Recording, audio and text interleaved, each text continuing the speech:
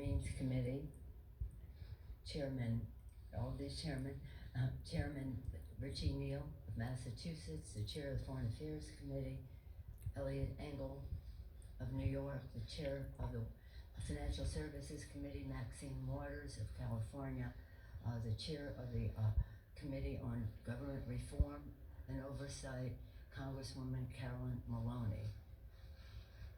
I also want to acknowledge the important work that was done by our dear and departed, may rest in peace, Elijah Cummings as chair of the Oversight Committee.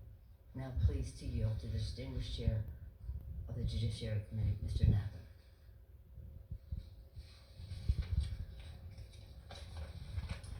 Thank you, Madam Speaker. Over the last several months, the investigative committees of the House have been engaged in an impeachment inquiry into President Donald Trump's efforts to solicit foreign interference in the 2020 elections. Efforts that compromised our national security and threatened the integrity of our elections. Throughout this inquiry, he has attempted to conceal the evidence from Congress and from the American people. Our president holds the ultimate public trust.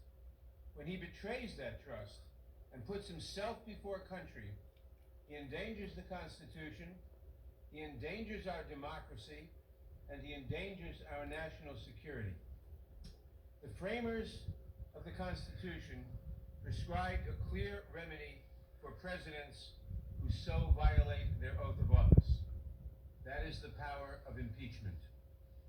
Today, in service to our duty to the Constitution and to our country, the House Committee on the Judiciary is introducing 2 articles of impeachment charging the President of the United States, Donald J. Trump, with committing high crimes and misdemeanors.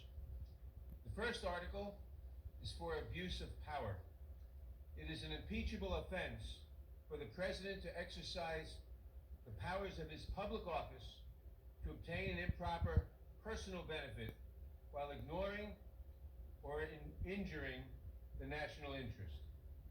That is exactly what President Trump did when he solicited and pressured Ukraine to interfere in our 2020 presidential election. Bullshit. Thus damaging our national security, undermining the integrity of the next election, and violating his oath to the American people. These actions, moreover, are consistent with President Trump's previous invitations of foreign interference in our 2016 presidential election. Bullshit. And when he was caught, when the House investigated and opened an impeachment inquiry, President Trump engaged in unprecedented, categorical, and indiscriminate defiance of the impeachment inquiry. More bullshit. This gives rise to the second article of impeachment for obstruction of Congress. Here, too, we see a familiar pattern in President Trump's misconduct. A president who declares himself above accountability, above the American people, and above Congress's power of impeachment, which is meant to protect against threats to our democratic institutions, is a president who sees himself as above the law. We must be clear. No one, not even the president, is above the law. I want to recognize the great contributions of the investigative chairs, particularly Intelligence Committee Chairman Adam Schiff, Foreign Affairs Chairman Elliot Engel, Committee on Oversight and Reform's former chairman, the late Elijah Cummings, and its new chairwoman, Carolyn Maloney, Financial Services Chairwoman Maxine Waters, and Ways and Means Chairman Richard Neal, who helped lay the foundation for the articles we are introducing today. I also want to thank my Judiciary Committee colleagues who were critical in our work to hold the President accountable and in the drafting of these articles.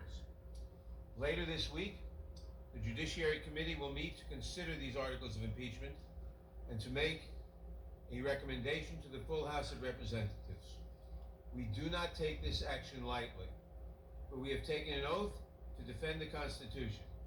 And unlike President Trump, we understand that our duty first and foremost is to protect the Constitution and to protect the interests of the American people. That is why we must take this solemn step today. Bullshit. Elections are the cornerstone of democracy and are foundational to the rule of law. But the integrity of our next election is at risk from a president who has already sought foreign interference in the 2016 and 2020 elections and who consistently puts himself above country. That is why we must act now. I want to turn now to Chairman Schiff, who will explain the evidence that supports these articles and the need for us to act with such urgency today.